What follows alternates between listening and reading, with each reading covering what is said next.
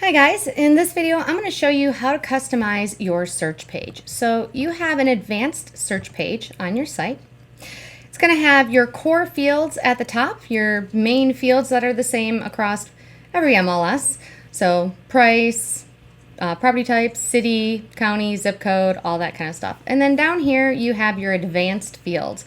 So typically we're going to go ahead and set up your advanced fields for you with the common fields that are going to be most used throughout most MLSs, but you may want to have some additional fields in here, and you may want to change these up from time to time because your MLS will change and update fields from time to time as well.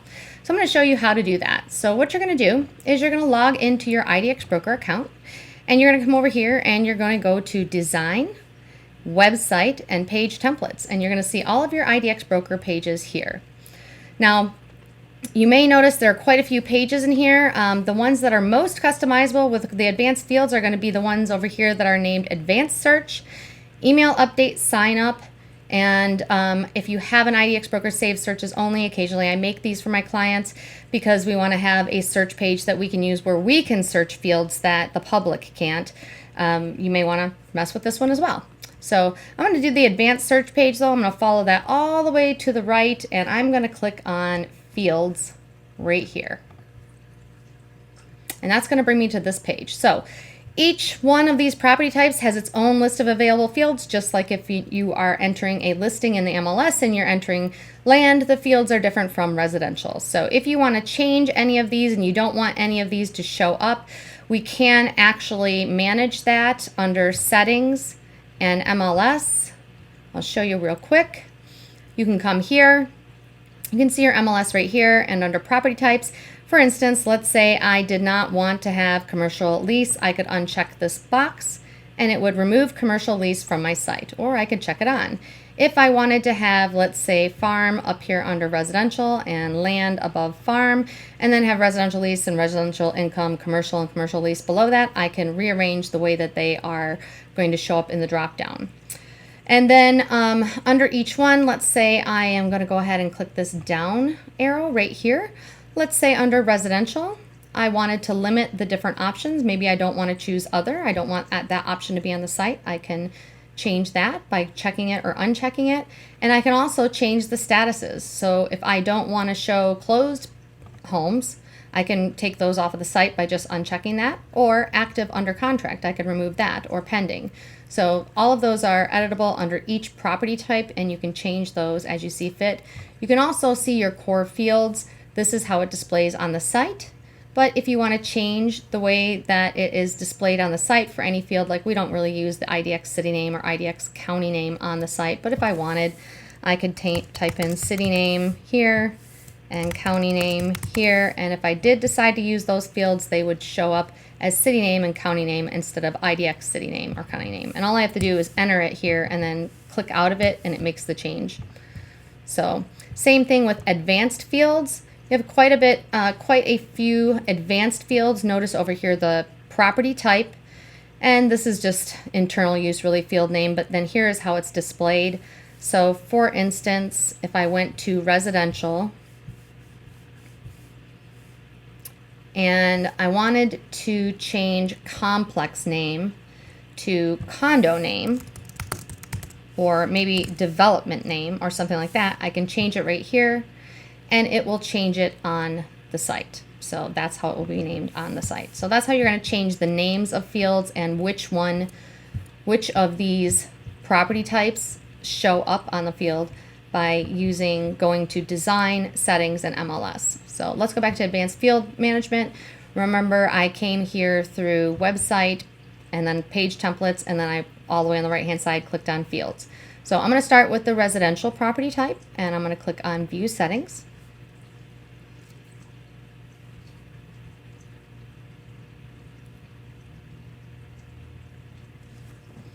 All right, here you're going to see the fields that we have set up for you. So we've already pre-done this for you. You're just going to either change things around or add fields or take fields out. We have the subdivision field here. We typically leave this as a wild text because the subdivision field can be a big problem when creating saved searches. So if you want this to be for your public facing people, I would probably change this to a quick list, but check it out and see what happens. So click on Save Property Type, and I'm going to show you what it means when we change that to a quick list for subdivision.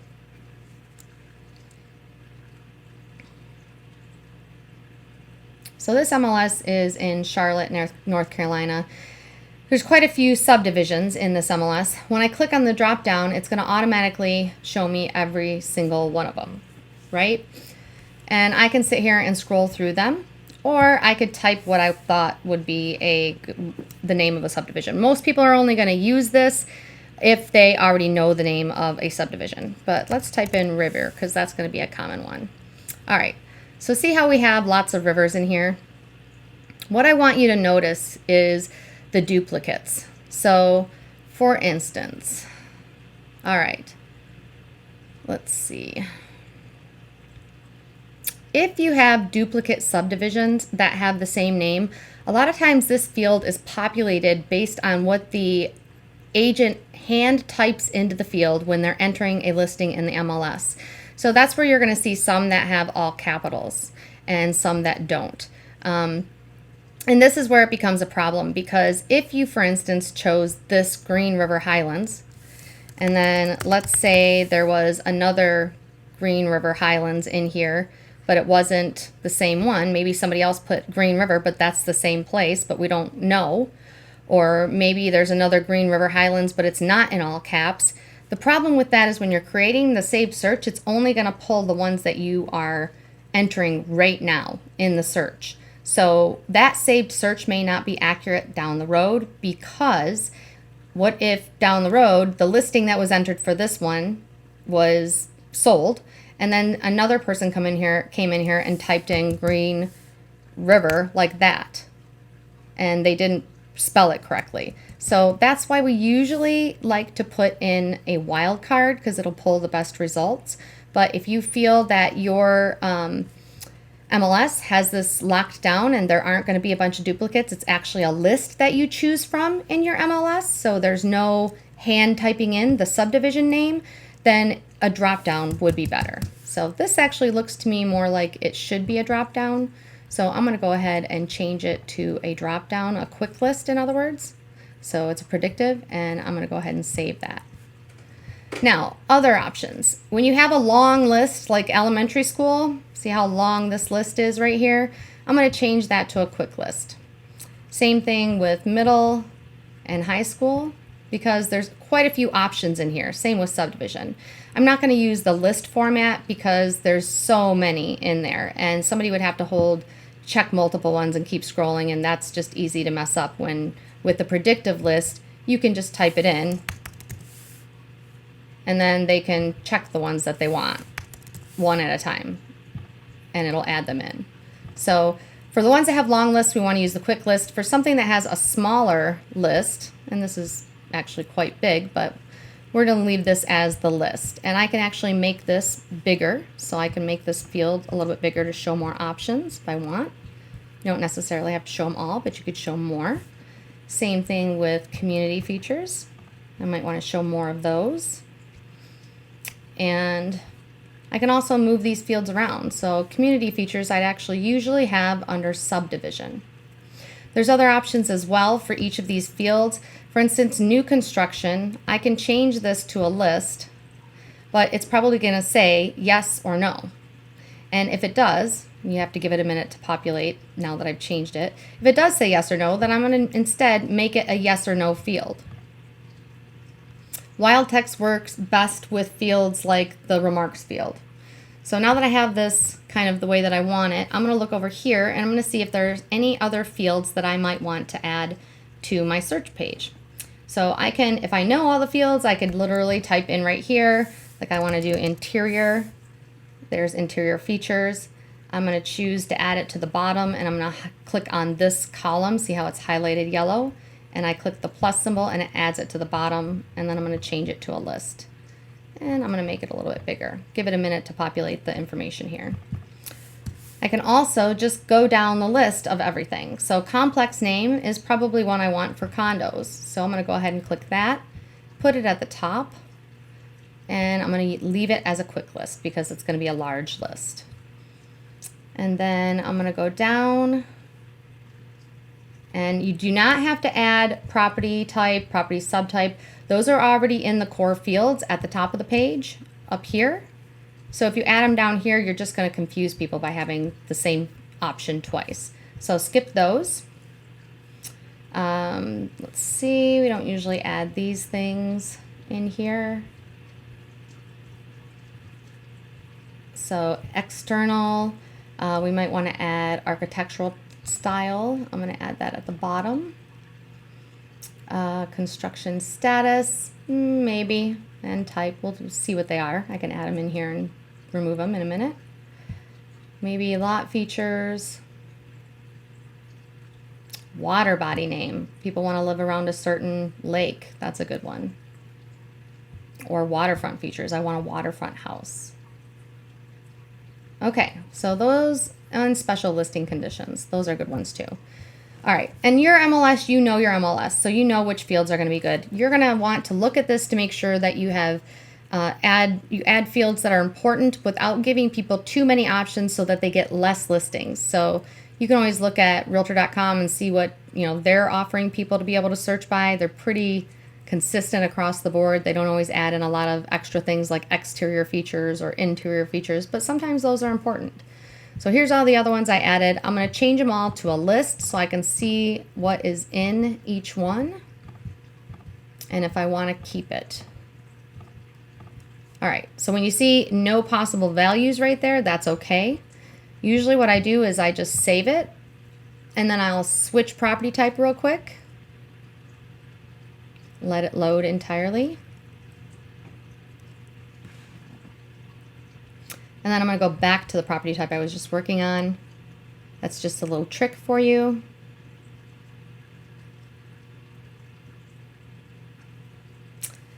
And now I'm going to come down here and you can see these are all filled in. So, all right, so I'm going to make the interior features smaller since I have quite a few options here.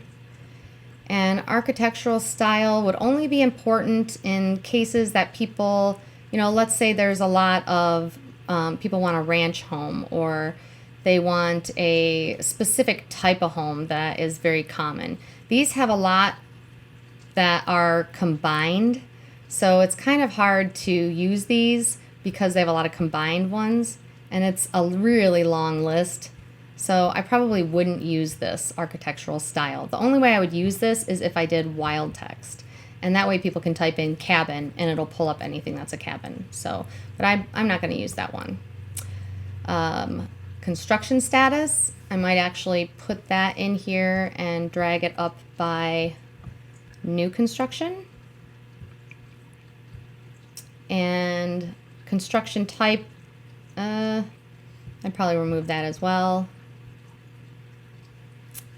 Lot features, probably won't use that one. Water body name, I definitely am going to use. And here I'm going to show you another little trick for water body name. See how we have, and just like up in the subdivision, we had some that were all caps. You can click this little gear symbol right here, and it's going to give you some options to tidy up the casing, remove items with 3 or few characters, move items that don't belong with a letter or don't begin with a letter or number to the end. I'm going to choose no on that. And then move items with these characters to the end. So if it's one of those type of fields that people are able, the realtor is allowed to hand enter the item, sometimes they do this just to bring attention to it. And so you can move those to the end. So I'm going to apply those settings for water body name. I'm also going to apply those settings to subdivision.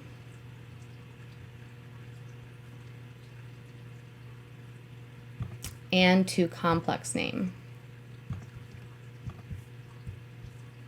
And if I look at middle school or high school and I see the same issue,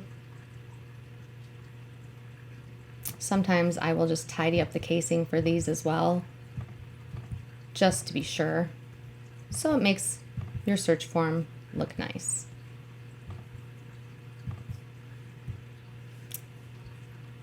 Okay. So, special listing conditions, if you're, you want to have foreclosures and bankruptcies and things like that, you can keep those on here. Investors like to see that. Waterfront features are pretty cool. Sometimes we get rid of interior and exterior depending on you. And what did I have these? Yep. Okay.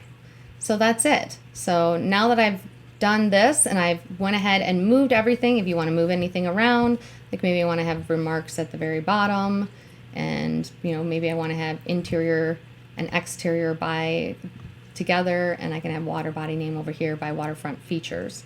So just make sure they're even and then save your property type.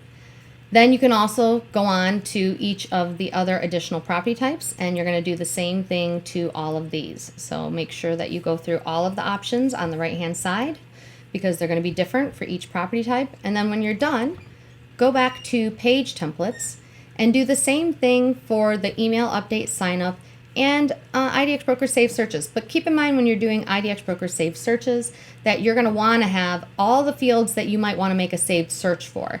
Not public fields, but fields that you might want to make a saved search for. So I'd be very liberal about adding as many fields as you can to this one. So these 3 pages, advanced search, email update sign up, and IDX saved searches. Go and check out all of the advanced fields by clicking on them over here and editing them as you see fit. And that's it. If you have any questions, give us a call or shoot us an email over to support@yoursiteneedsme.com. One other quick thing, if you do see a field that is, maybe it is a number field and it has a bunch of information like acres or something like that, and that field does not have an option like min max, or maybe it is like the new construction and it doesn't have the yes no option in this list. So for instance, on new construction, maybe this was supposed to be a min max field, but I don't see that min max field option right here. Then shoot me an email and just tell me first which page you're on, which property type you're on, and the name of the field and the option that you want to change it to. So obviously acres, square footage, they should be min max fields. Sometimes you want it to be a list and it doesn't show a list here. And if that's the case, you just shoot me an email and we will get it fixed for you. And that's it. Have a great day, guys.